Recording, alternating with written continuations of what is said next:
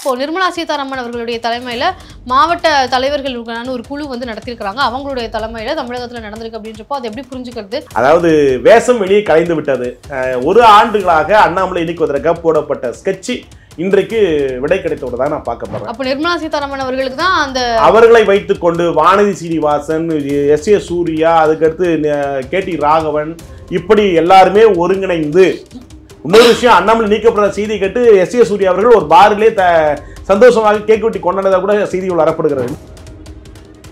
அண்ணாமலை வந்த பிறகு நோட்டை தாண்டி உங்களுக்கு இத்தனை % ஓட்டு தமிழ்நாட்டு ஓட்டு போட மக்கள் தயாரா இருக்கிறத நிரூபணம் செஞ்சவர் அண்ணாமலை. 21% மக்கள் வந்து ஓட்டு போட பிஜேபிக்கு தயாரா இருக்காங்க. அதை நாடி தேடி அணுகி ஓட்டு வாங்கறதுக்கு துப்பு இல்ல, உள்ளடி வேலை மட்டும் செஞ்சா என்ன அர்த்தம்? அண்ணாமலையை வீழ்த்த மிகப்பெரிய சதி நடக்குது, அது உண்மை இல்லைன்னு சொல்லல. எல்லா இடங்கள்லயும் குறிப்பா பாஜகக்குள்ள ஒரு வருஷமா நடக்குது. ஆனால் அண்டர்டேக்கரை பொறுத்து எழுந்து வரக்கூடிய நபராக அண்ணாமலை வந்து சனிக்கிழமை பொறுப்பேற்றுவார். அண்டர்டேக்கர் நபர் அடிச்சு சார் கண்டிச்சு போடுவார். அண்டர்டேக்கர் பாத்துறீங்களா சிஸ்டர்? நீங்க பெண் பார்க்க மாட்டேங்க நினைக்கிறேன். ஃபைட் பாத்தீங்களா? அதுல அண்டர்டேக்கர் சக்க அடி அடிப்பாங்க, கடிச்சு சார் கண்டிச்சு ஒரு டபிள்யூல பாத்தீங்கன்னா அண்டர்டேக்கர் மண்ணே போட்டுருவாங்க, எழுந்து வெளியே வருவான். அது மாதிரி வந்து நிர்வாகத்துடைய கட்டுப்பாடு இருக்கிற கேடி ராகவன் இந்த மாதிரி சில குரூப்புகளை வைத்துக் கொண்டு நேற்று ஐடிசி ஹோட்டலில் கூட அந்த மாதிரி ரகசியம் பேச கூட வந்திருக்கலாம். அவங்க வந்த பிறகு தான் இந்த ரைடு நடந்திருக்கு. டீல் முடியாதது கூட வந்து இப்படி நடந்திருக்காம சந்தேகம் எட தோணுகிறது. நிர்வாகம் எதுக்கு ஐடிசி ஹோட்டலில் தங்கினாங்க, எதுக்கு ரகசிய மீட்டிங் எல்லாம் போட்டாங்க, எதுக்கு இன்னைக்கு ரைடு நடத்துறாங்க, பல சந்தேகங்கள் தோணுகிறதுன்னு சொல்றேன். அதே மாதிரி KN நேரு அவர்கள் வீட்டுல வந்து ரைடு போனதாக சொல்லப்படுது. நேரு வீடு செய்யறதும் தவறு செய்யறாங்க, அதுக்காக உத்தமத்துன்னு சொல்ல முடியாது. ஏன்னா எல்இடி டெண்டர்ல ஊழல், அப்புறம் அந்த ரோடு போறதுல முறைகேடு, அப்புறம் வந்து குப்பை வார மிஷின் முறைகேடு, அதெல்லாம் கமிஷன் வாங்குறாங்க இல்லைன்னு சொல்ல. கமிஷன் வாங்க தான் எல்இடி டெண்டரே கொடுக்குறாங்க இல்லைன்னு சொல்ல.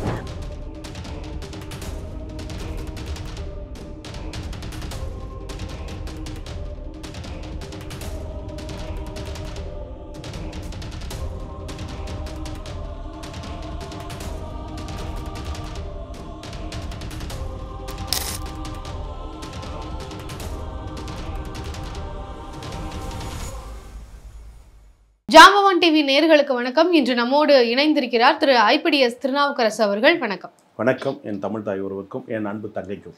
ஓகே சார், இன்றைக்கு வந்து பார்த்தீங்கன்னா ஒரு புதிய செய்தி ஒன்று வெளியாகியிருக்கு.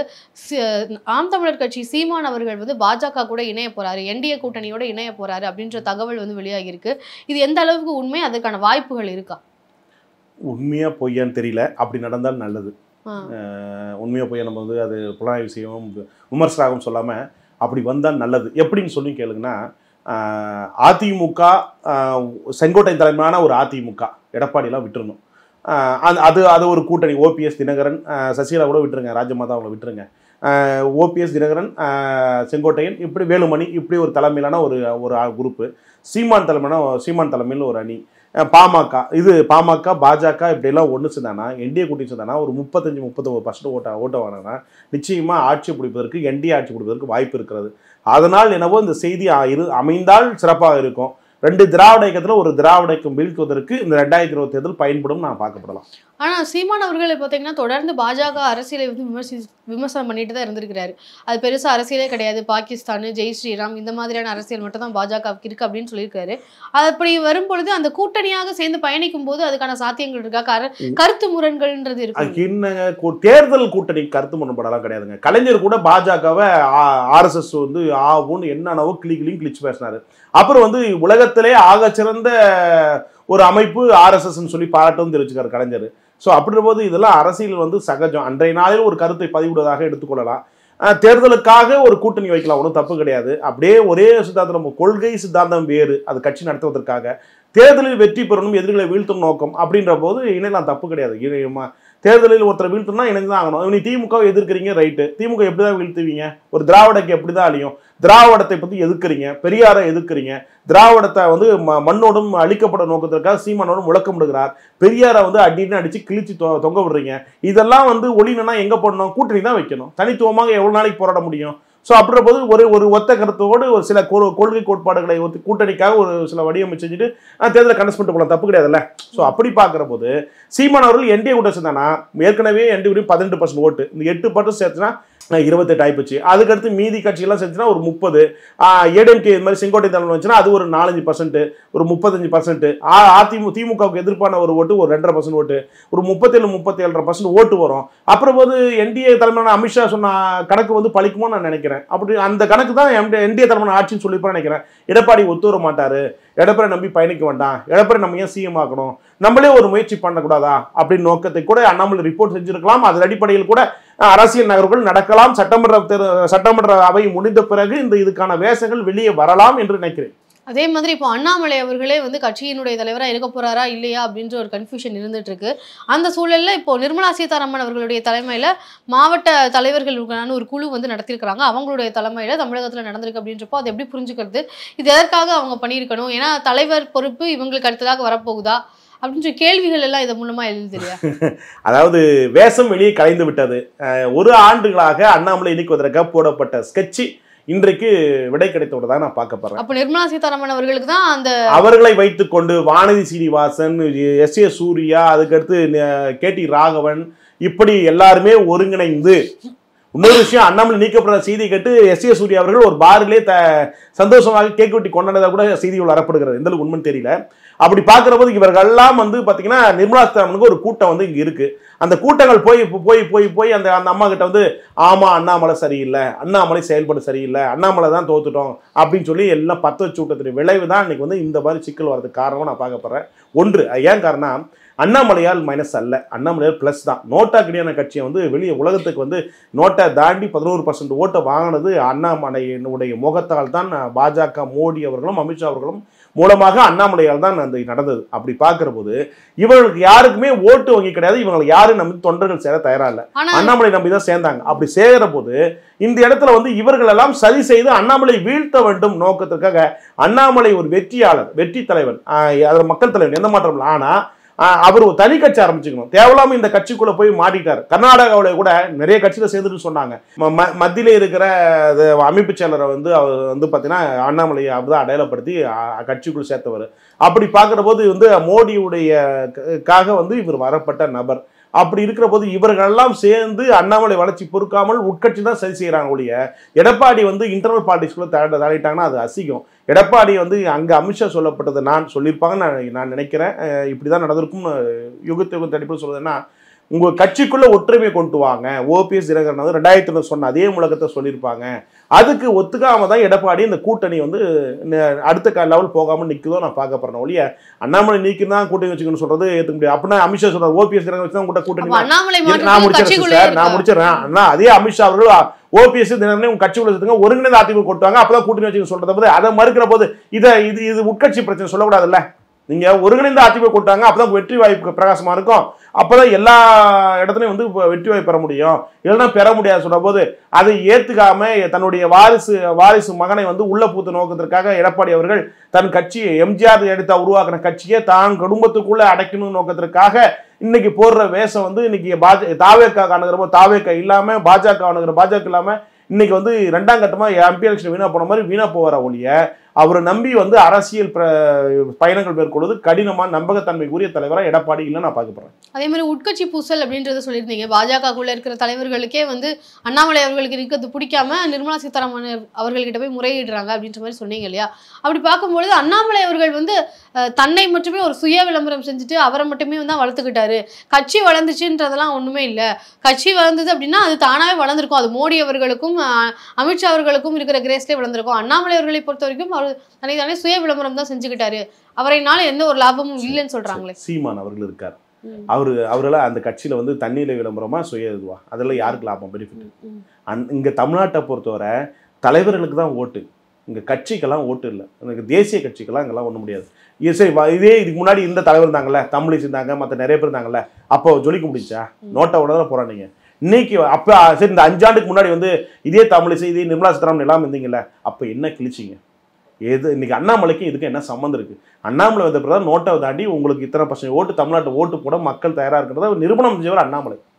அப்படின்ற போது இன்னைக்கு 21% மக்கள், இன்னைக்கு மன விட்டு சொல்றேன், 21% மக்கள் வந்து ஓட்டு போட பிஜேபிக்கு தயாரா இருக்கான்.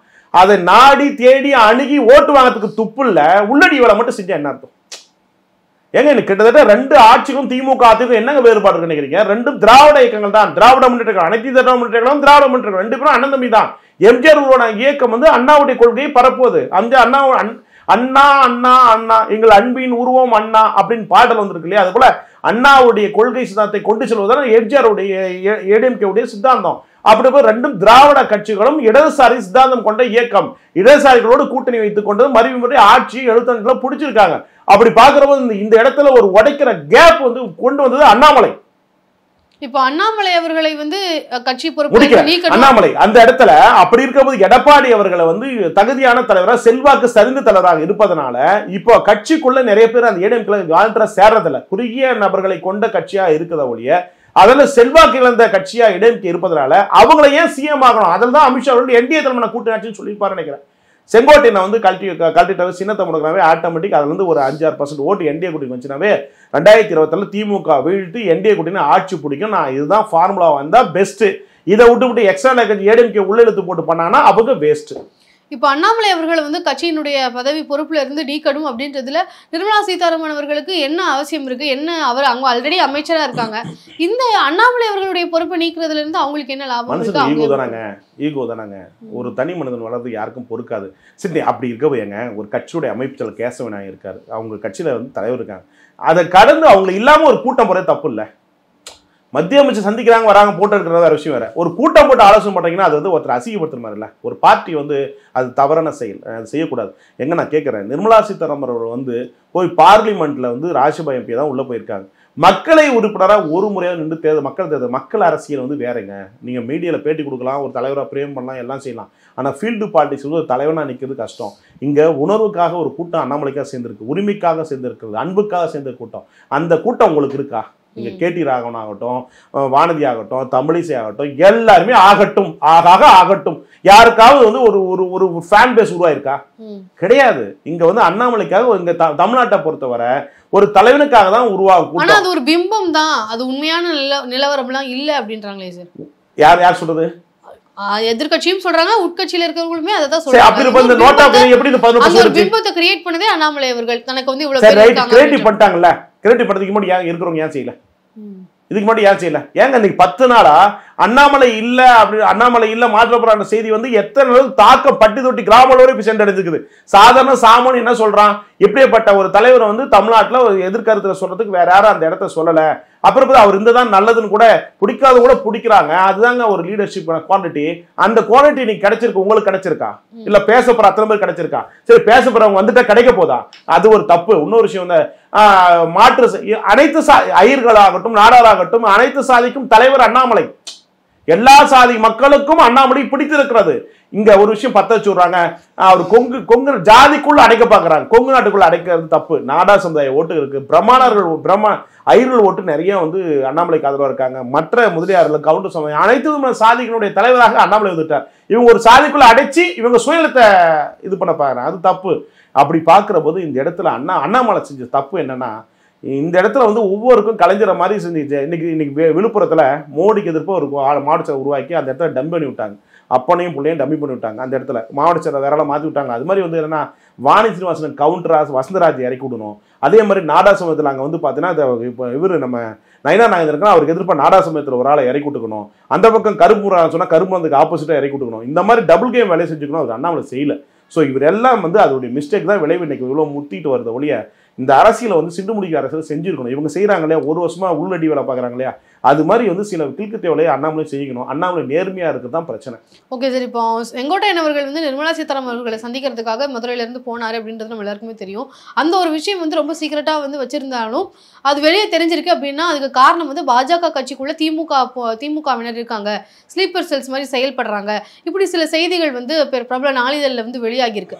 அதை எப்படி புரிஞ்சுக்கிறது சார்? அதுக்கான வாய்ப்புகள் இருக்கா? இல்ல அண்ணாமலை வீழ்த்த மிகப்பெரிய சதி நடக்குது, அது உண்மை இல்லைன்னு சொல்லல. எல்லா இடங்கள்லயும் குறிப்பா பாஜகக்குள்ள ஒரு வருஷமா நடக்குது. ஒரு ஆண்டுகளாக ரூம் போட்டு உட்காந்து பிளான் போடுறாங்க. சோ ஒரு நாள் என்ன இல்ல, ஒரு வருஷம் போட்ட பிளான் வீழ்த்தன. ஆனால் அண்டர்டேக்கரை பொறுத்து எழுந்து வரக்கூடிய நபராக அண்ணாமலை வந்து சனிக்கிழமை பொறுப்பேற்றுவார். அண்டர்டேக்கர் என்ன அடிச்சு சார் கண்டிச்சு போடுவார். அப்போ அண்ணாமலை நீங்க WWE பாத்துறீங்களா சிஸ்டர்? நீங்க பெண் பார்க்க மாட்டேங்க நினைக்கிறேன். ஃபைட் பாத்துறீங்களா? அதுல அண்டர்டேக்கர் செக்க அடி அடிப்பாங்க. கடைசி சார் கண்டிச்சு ஒரு WWE பாத்தீங்கன்னா அண்டர்டேக்கர் மண்ணே போட்டுருவாங்க, எழுந்து வெளியே வருவான். அது மாதிரி வந்து மண்ணின் விதையாக எழுது வரக்கூடிய நபர் அண்ணாமலை இருப்பாங்க. அதுக்கு அண்ணாமலை புகழ் பேசணும். அண்ணாமலை பாஜக கட்சியோ அண்ணாமலை ஆதரவு கிடையாதுங்க. மனசாட்சின்னு ஒண்ணு இருக்குது, நியாயம் தர்மத்தோடு பேசணும். அப்படி பார்க்கிற போது இந்த மண்ணையும் இந்த மக்களையும் காப்பாற்ற தலைவராக அண்ணாமலை வந்து விட்டார். அதை நான் கண்ணில் பார்த்து விட்டதான் சொல்றேன். இந்த மக்கள் எல்லாம் போய் தேடி தேடி பார்த்து மனசை பல்ச சொல்லனா, இந்த கலைஞர் ஜெயலலிதாவுக்கு பிறகு ஒரு தலைவன் ஈர்க்கிற சக்தியாக அண்ணாமலை வந்திருக்கு. அந்த இடத்தை எவர் ஒருவராலும் பிடிக்க முடியாது. எவர் ஒருவராலும்ன்ற போது நிர்மலா சீதாராமன் ஆகட்டும், வானதி ஆகட்டும், தமிழிசை ஆகட்டும், ராகவன் ஆகட்டும், எந்த கேடிகளாகட்டும், இவரை வீழ்த்துவதற்கு யாராலும் முடியாது.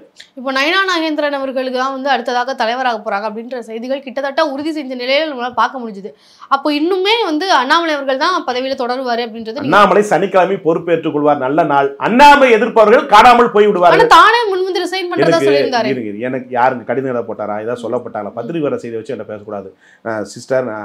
எனக்கு வந்து நான் இந்து வழிபாடு கொள்வேன். என் ஜாதகத்துல சூரியன் சுக்கிரன் உச்ச, என்னை ஏற்றவன் அவனே காணாமல் போயிடுவான். அது ஏன் இருக்கா சொல்கிறேன்னா, அண்ணாமலை சாதகம் அதே மாதிரி தான். அவர் எதிர்க்கிறவங்க அவங்களே காணாமல் தெருவில் போடுவாங்க. அது மாதிரி தான் கேட்டிராங்க. மறுபடியும் தலை தூக்குது, மறுபடியும் காணாமல் போயிடும். அண்ணாமலை வீழ்த்தவர்கள் வீணாகி விடுவார்களே, வீழ்த்தக்கூடிய வாய்ப்பு இல்லை. ஏன்னா நேர்மையானவனுக்கு வீழ்த்தப்படு கடினம். குறுக்கு வழியில் வந்து ஒருத்தனை வீழ்த்த நினைக்கிறது தப்பு. அண்ணாமலை இடத்தில் மாற்றுத்தளவு யார் வந்தாலும் எவர் வந்தாலும் நிரப்பப்பட முடியாது. தெளிவாக புரிஞ்சுங்க. நீங்கள் நயினார் இல்லை, வானதி இல்லை, அதுக்கடுத்து யார் ஒருவரை போட்டாலும் பாலிடிக்ஸ் ஓடாது. அதே மாதிரி KN நேரு அவர்கள் வீட்டில் வந்து ரைடு போனதாக சொல்லப்படுது. இப்போ தொடர்ந்து தமிழகத்தில் நிறைய தலைவர்கள் வீட்டில் ரைடு நடந்துகிட்டே இருக்குது. இதுக்கான அவசியம் என்ன? அதுக்கு உண்மையாக ரைடு நடக்குது, ஆனால் அங்கேருந்து என்ன கண்டுபிடிச்சாங்க, ஏதாவது விஷயங்கள் இருக்கா அப்படின்ற தகவல்கள் எதுவும் வெளியாக மாட்டேங்குது. ஆனால் இந்த ரைடு மட்டும் போய்கிட்டே இருக்குது. அதுக்கான அவசியங்கள் இல்லை. அந்த ரைடு வந்து ஒழுங்கா பண்ணி அரெஸ்ட் பண்ணி உள்ள தூக்கி வைக்கணும். அது செய்ய மாட்டேங்கிறாங்க.